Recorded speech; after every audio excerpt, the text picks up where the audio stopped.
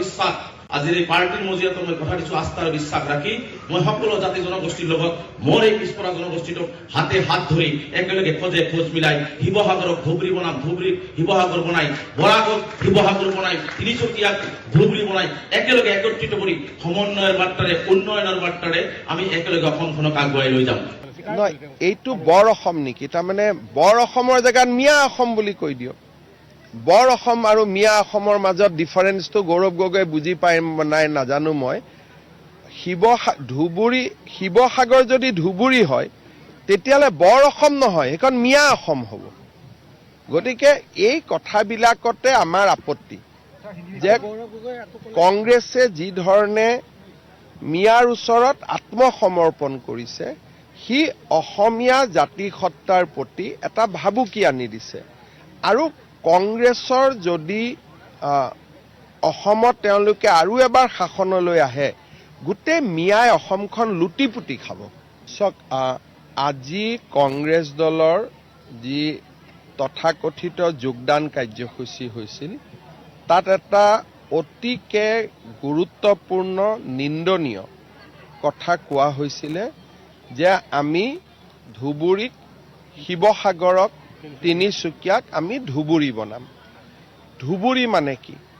য'ত আমাৰ কোচ ৰাজবংশী আৰু আন জনগোষ্ঠীৰ লোকসকল আছিল।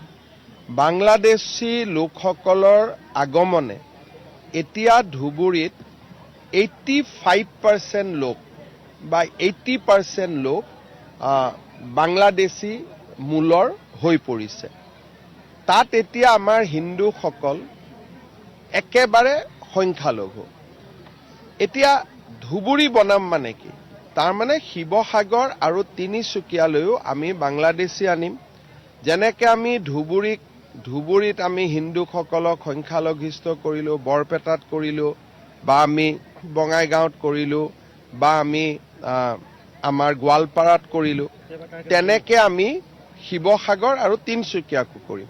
শিৱসাগৰ তিনিচুকীয়া বুলি ক'লে লগত ডিব্ৰুগড় চৰাইদেউতো যোগ হৈয়ে গ'ল। এনেকুৱা ধৰণৰ কথা যেতিয়া ক'লে তেতিয়া মই ৰেজাউল কৰিমক মই সমালোচনা নকৰোঁ, কাৰণ মই অসমীয়া, মইতো সকলোতে অসমীয়া থকাটোৱে বিচাৰিম। মই বাংলাদেশী মিয়া, মইতো বিচাৰিম সকলোতে বাংলাদেশী মিয়া হওক। কিন্তু গৌৰৱ গগৈয়ে লগে লগে থিয় হৈ ক'ব লাগিছিল যে আপুনি এনেকুৱা কথা কিয় কৈছে? মই শিৱসাগৰৰ MP, শিৱসাগৰ হৈ থাকিব। এই কথাষাৰ তেওঁ স্পষ্টভাৱে ক'ব পাৰিব লাগিছিলে যে শিৱসাগৰ হৈ থাকিব, তিনিচুকীয়া হৈ থাকিব। পাৰিলে ধুবুৰীখনতো আমি অসমীয়া কৰিম। বাৰু ধুবুৰীখনৰ কথা তেওঁ নকওঁকে, কিন্তু অন্ততঃ শিৱসাগৰক ধুবুৰীখনক শিৱসাগৰত ধুবুৰী কৰিম বুলি কওঁতে তেওঁ লগে লগে উত্তৰ দিব লাগিছিল যে কোন দিশৰ পৰা ধুবুৰী কৰিবা, বাংলাদেশী মিয়াৰ পৰা নে আন কিবাৰ পৰা?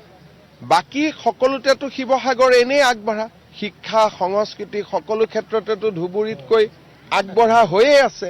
গতিকে কোনটো ক্ষেত্ৰত ধুবুৰী শিৱসাগৰ হ'ব? এই আস্থা